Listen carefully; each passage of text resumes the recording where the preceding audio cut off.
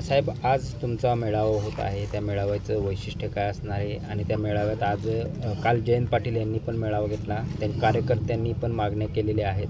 कशा पद्धतीचं सोलापूर जिल्ह्यात जागा वाटपाचा कार्यक्रम असणार आहे? कशा पद्धतीने बघतो? तसं पाहिलं तर सोलापूर जिल्हा हा शिवसेना उद्धव बाळासाहेब ठाकरे या पक्षाचा एक बालेकिल्ला आहे आणि अनेक आमदार या सोलापूर जिल्ह्याने बाळासाहेबांच्या हयातीमध्ये आणि उद्धवसाहेबांच्या सुद्धा नेतृत्वाखाली निवडून दिलेले आहेत.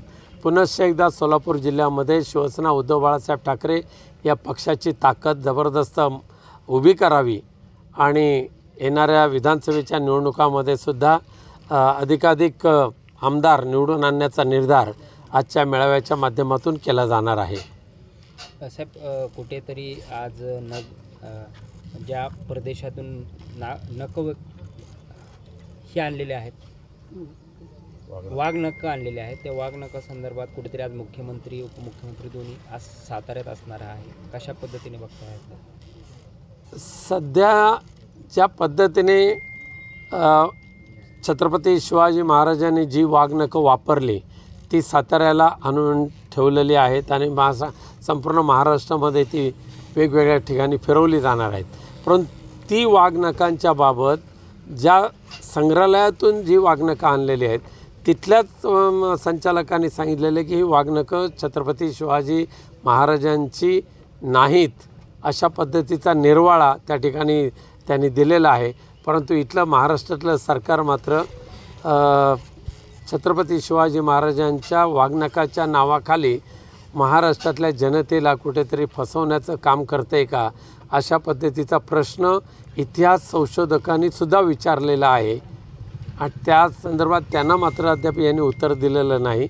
पण ठीक आहे, महाराष्ट्रातली छत्रपती शिवाजी महाराजांचे मावळे चांगले अभ्यासू आहेत. ह्या फसव्या आणि थापाड्या राजकारण्यांना त्यांची जागा दाखवून देतील अशी मला खात्री आहे. साहेब, जरांगे पाटील हे फडणवीस द्वेषी आहेत असा आरोप प्रसाद लाड यांनी केले आमदारांनी. प्रसाद लाड हा किती सच्चा सच्चा भाजपवाला आहे. अनेक पक्षातून बाडगेगिरी करून फिरत आलेला प्रसाद लाड आज देवेंद्र फडणवीस यांची तळी उचलतोय. उद्याच्या विधानसभेला देवेंद्र फडणवीस घरी बसले की प्रसाद लाड दुसऱ्या तंबूत जातील. एक व्यापारी वृत्तीने तयार झालेला हा भाजपाचा नेता आहे. विशाळगडाचा जो विषय आहे दिवसेंदिवस चिघळताना दिसतोय. इम्तियाज जलील यांना देखील हिंदुत्ववादी संघटनांकडून तिथे येण्यासाठी विरोध केला जातोय. कुठंतरी यामध्ये राजकारण आणलं जातं असं वाटतं. विशाळगडचा प्रश्न पूर्णपणे राजकारणासाठी वापरला जातोय आणि म्हणून या राज्याचे मुख्यमंत्री गृहमंत्री यांनी राजकारण न करता विशाळगडाचा प्रश्न सोडवण्याची आवश्यकता आहे. तुम्ही खऱ्या अर्थाने छत्रपती शिवाजी महाराजांच्या समाधीवर नतमस्तक होणार असाल तर विशाळगड हा छत्रपती शिवाजी महाराजांच्या विचारांनी प्रेरित होऊन त्या पद्धतीने तुम्ही तो सोडवा. तुमच्या राजकीय फायद्यासाठी विशाळगडाचा बळी देऊ नका. काल अखेर अजितदादांनी त्या ठिकाणी भेट दिलेली घटनास्थळी थोडासा उशीर झाला अजितदादांना पोचायला वाटतं. हां, अजितदादांना आता सध्या काही तसे गांभीर्य राहिलेलं नाही कामाचं, त्यामुळे फार काय त्यांच्या बोलण्याची गरज नाही. साहेब, कुठेतरी आता जागा वाटपाचा प्रश्न पुढे येत असताना 36पैकी 25 जागांवर कुठेतरी मुंबईत लढण्याचा मानस शिवसेना उद्धव ठाकरे बाळासाहेब यांच्या पक्षाचा दिसतोय. कसं बघता तुम्ही? बघा, आता विधानसभेच्या निवडणुका एक गणेश चतुर्थीच्या उत्सवाच्या निमित्त त्या पिरियडमध्ये जाहीर होतील आणि साहजिकच आहे महाराष्ट्रातल्या विधानसभेच्या निवडणुका शिवसेना उद्धव बाळासाहेब ठाकरे पक्षासहित इंडिया आघाडीच्या वतीने आम्ही लढवणार आणि प्रचंड मताधिक्याने जिंकणार. त्यामुळे जागा वाटप करत असताना ज्या मतदारसंघामध्ये पारंपरिक ज्या पक्षाच्या जागा आहेत त्या जागा त्या पक्षाकडेच राहतील. पण ज्या पक्षाला वाटतं की आपला उमेदवार या ठिकाणी निवडून येऊ शकतो त्या ठिकाणी मागणी करणं हे काही गुन्हा नाही आहे.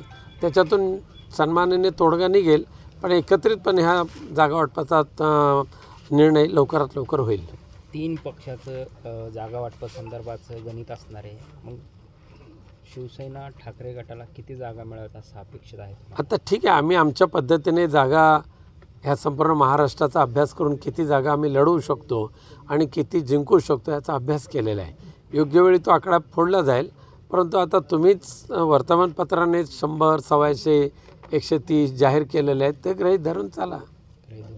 बरं कुठेतरी आता कोकणात पावसाने धुमाकूळ घातलेला आहे, पावसाचा मोठा जोर आहे, अनेक नदी नाल्यांना पूर आलेला आहे, कसं बघता याकडे? कोकणामध्ये सध्या सिंधुदुर्ग, रत्नागिरी, रायगड, या मुंबई या ठिकाणी खूप पाऊस चालू आहे. आत्तासुद्धा खूप मोठ्या प्रमाणात पाऊस आहे. सर्वच नदी नाल्यांना महापूर आलेले आहेत.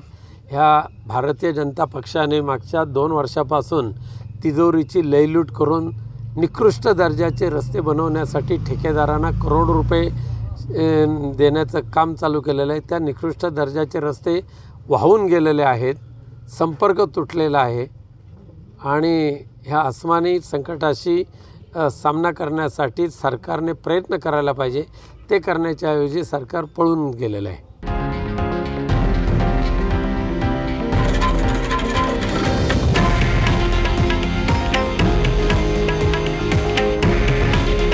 हे आहे देशातील नंबर 1 न्यूज नेटवर्क आणि आपण पाहत आहात TV9 मराठी.